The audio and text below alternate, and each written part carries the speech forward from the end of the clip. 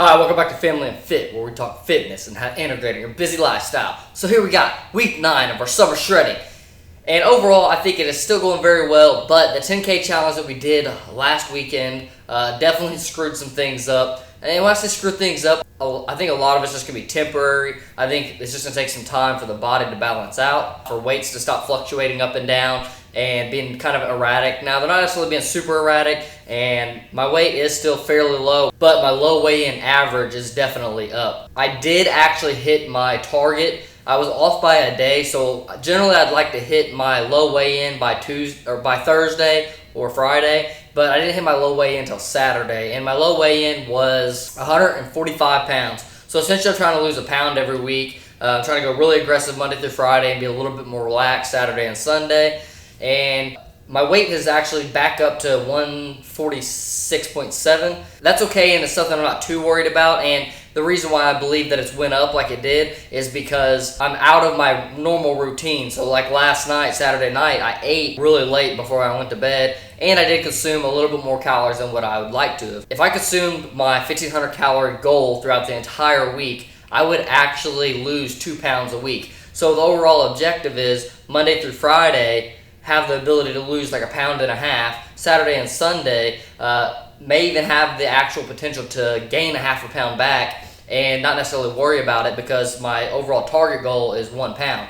And it also gives my body the time to refuel itself, aka refeed, and get the nutrients and balance my hormone levels back out. Now, I definitely do not feel any hormonal issues. I do not feel this has been like one of my best weeks as far as since I've been deeper into this cut. Like I started getting like achy shoulders and like different things like that. But ever since I've implemented the refeeds, I'm feeling a lot better. And also, I'm not staying in a deficit as long. I'm only staying in a deficit for 5 days, and then Saturday and Sunday I'm coming out of the deficit. And generally trying to hit right around maintenance. But if I go over a little bit, I'm not too concerned with it because 2 pounds a week is too aggressive. And like I said, I'm just trying to really take advantage of these refeed days. And also making sure that this diet really fits my schedule. That's like one of the biggest aspects of this whole entire thing. It fits my schedule. It's easy for me to consume 1,500 calories on the weekdays. I could probably consume 1,000 calories through weekdays. I could probably fast for a day or two on the weekdays and it not really affect me. Whereas when I'm here on the weekends, it's a lot more difficult to sustain that. So I'm just doing what works for me and what works for my schedule. And that's what I really promote, is that everybody do what works for their schedule. But even though like it's a concern to me,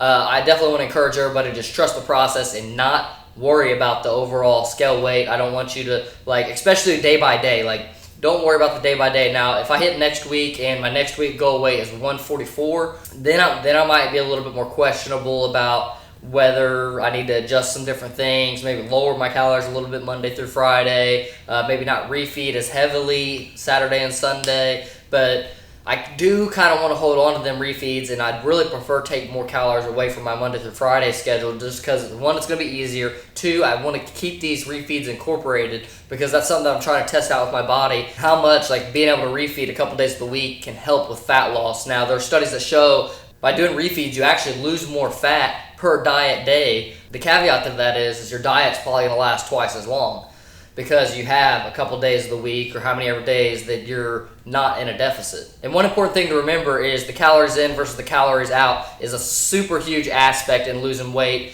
And it is, I would say, almost like 90, I'll almost say it's like 90% of being able to lose weight. But then I think whenever you start to get leaner or you've been in a diet for a longer period of time, then you have probably a good, 5% or something like that. That is going to be your actual macros, which are going to be like your carbs and your fat, your protein, the ratio at which you're consuming those. And the other 5% I will say is hormones. The weird thing about this is I'm just kind of giving some arbitrary numbers for those, like how much ratio they have on your weight loss. And the reason why I say that is because whenever you start having hormonal issues, that is 100% of what's going to cause you to lose weight or not lose weight. Now, it won't make it necessarily impossible to lose weight, but whenever you start having hormonal issues and you keep losing weight, that's when you start looking like garbage. That's when you start looking like you're doing crack or like you're coming off of drugs. Like when you see people losing weight and they look almost more unhealthy at a lower weight, that's probably because they're actually having hormonal issues. They're not fueling their body with what they need,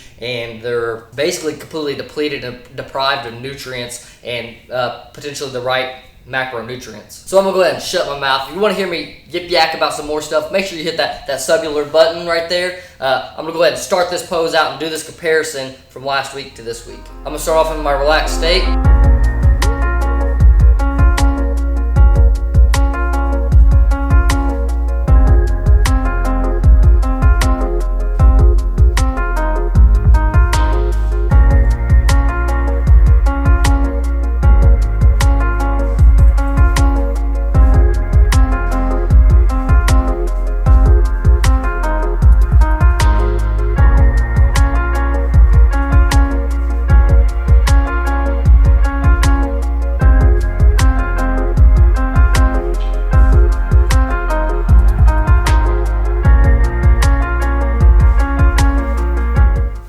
Alright, so now we're going to go ahead and spin around for a second time, and this time we're going to pose this thing out.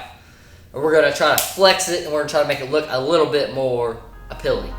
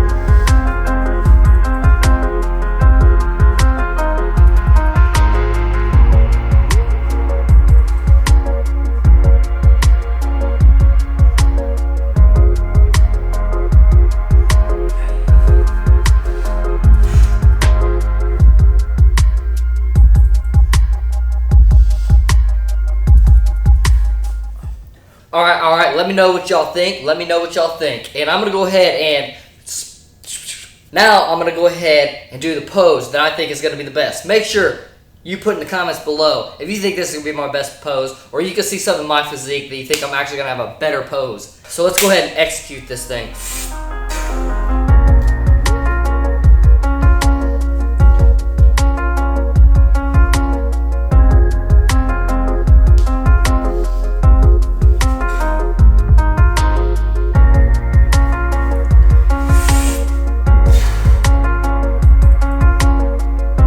Alright guys, let me know what you think about this. Alright guys, give me some feedback down in the comments below. And if you have any questions, don't be afraid to ask. We highly encourage people asking questions and being able to help people out along their journey. So don't be shy, get down there. And if you like this video, give it a thumbs up button. And I hope to see you in another one.